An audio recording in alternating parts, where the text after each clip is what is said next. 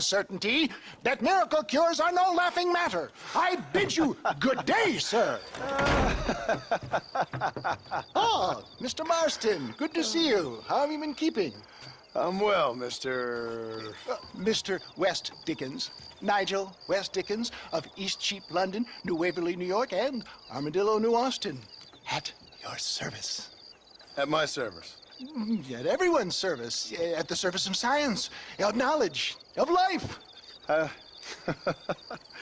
are your wounds? Much, much better. But then they would be. Would be... I know a cure for all ailments, Mr. Marston. Ah, I'm sure you do. And I'm sure for just $2 an ounce, I could live forever.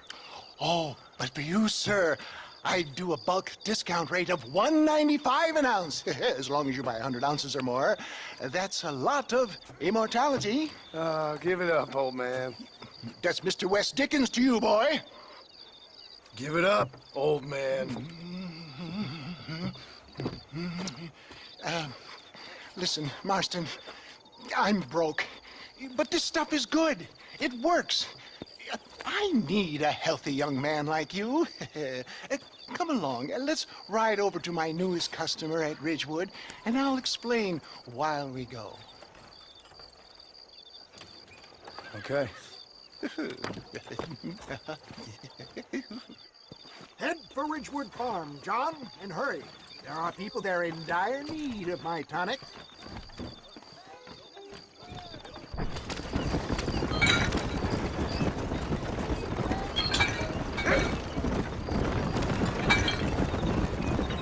I heard about you, Mr. West Dickens. And I about you, John Marston.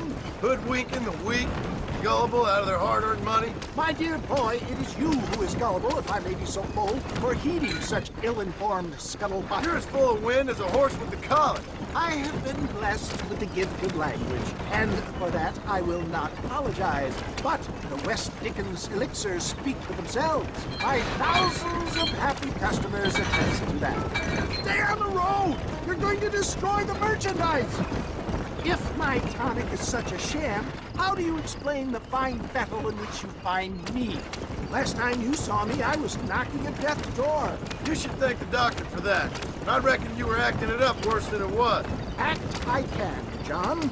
A more convincing Othello there has never been. And so shall you, a fair Iago or Cassio make. I don't like the sound of this. Showmanship, John. The flourish. Oh, we are operating in a competitive marketplace. Our product must stand out. And how does this involve me? We're going to use your God-given talents to our advantage. I'm really starting to I'll regret drop this. you off at the outskirts of Ridgewood. That way, it won't look like we came together. Once I'm set up, saunter nonchalantly into the crowd that is sure to be forming. Eventually, I will call you up to try my tonic. After extolling the virtues, I will have you perform a few feats of wonder to amaze and impress the paying public.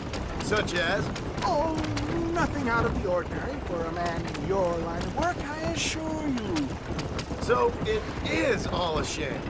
No, just a little innocent ballyhoo to grease the wheels of enterprise, that's all. You hop out here, John. Follow me in on foot.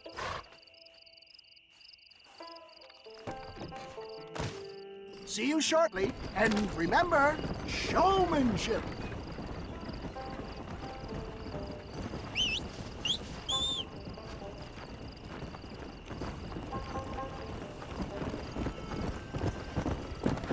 Come on.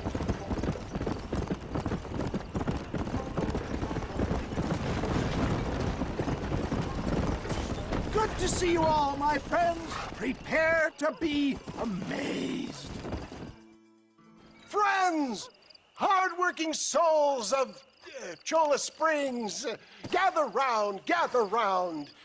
Do you suffer from rheumatism, lumbago, acute chronic sciatic, neurologic, or inflammatory pain?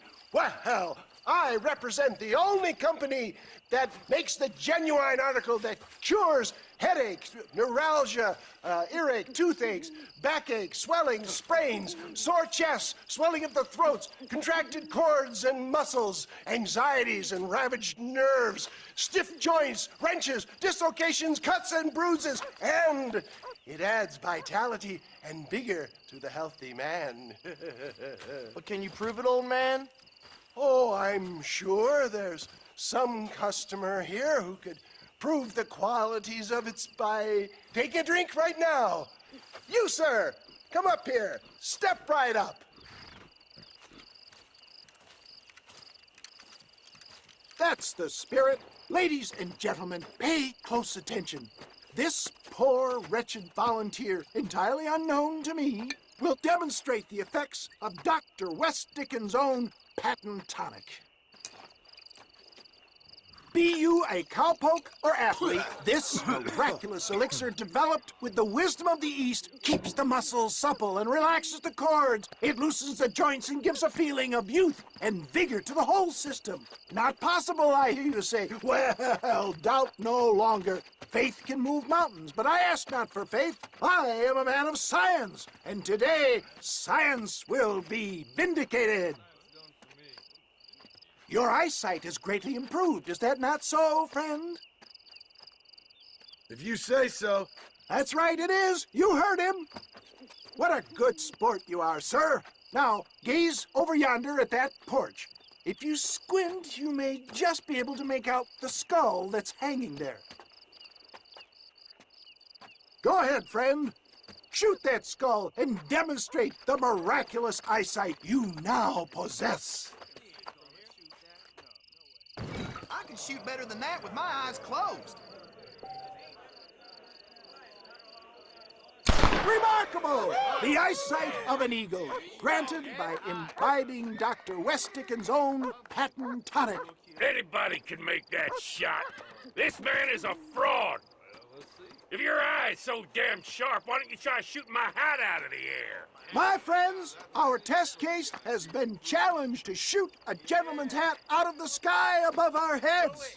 You can fool these people, but you ain't fooling me. Right. Let's just see how sharp you is with a moving target. Get ready. He's about to throw it.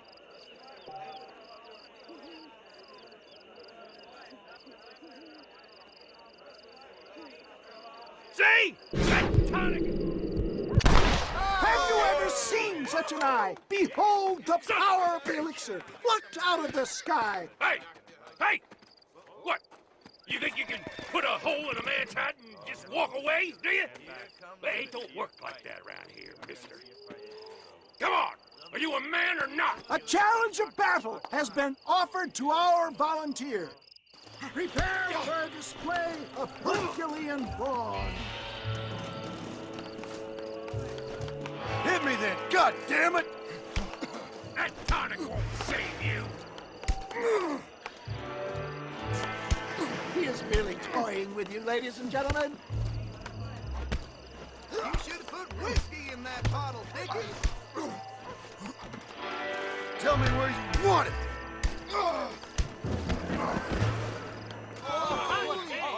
There it is, skeptics and dissenters, irrefutable proof. Do not let this opportunity pass you by. Look, he's over there. Go get him. This ends now. Watch out, he's got a gun. Who the hell do you think you are? You ain't leaving here alive.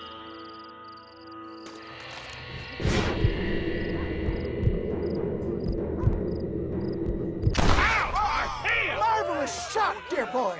The kind of deadly accuracy that can only be afforded by the West Dickens elixir. Come, I have plenty for all. You'll be fine. Get out of my way. Hey! Where are you going? I want a bottle. Get me a bottle, please. One of them right here. No harm in trying one bottle, I suppose. Well, I think that went kind of well, don't you? I'm just glad that my normal job involves either chasing after cattle or murderers. Not the likes of you, mister. Don't be like that. Now, if you'll excuse me, I'd like to say my goodbyes, head on back to the real world. Wait, sir. I've been thinking about your predicament, and I think I may have an idea. I've been thinking I could be your cunning Odysseus. Beware of the Greeks bearing gifts, sir. Williamson had better beware. We will make them into Trojans. I don't rightly get you. I want you to go and see my old friend Seth. He can come across as a little curious, but I'm sure you two will get on. He's most often found at Coots Chapel. He's very devout. Why see him? Because between him and me, we can get those gates to open for you, and you can walk right in, just like in Homer's great Trojan yarn! Hello.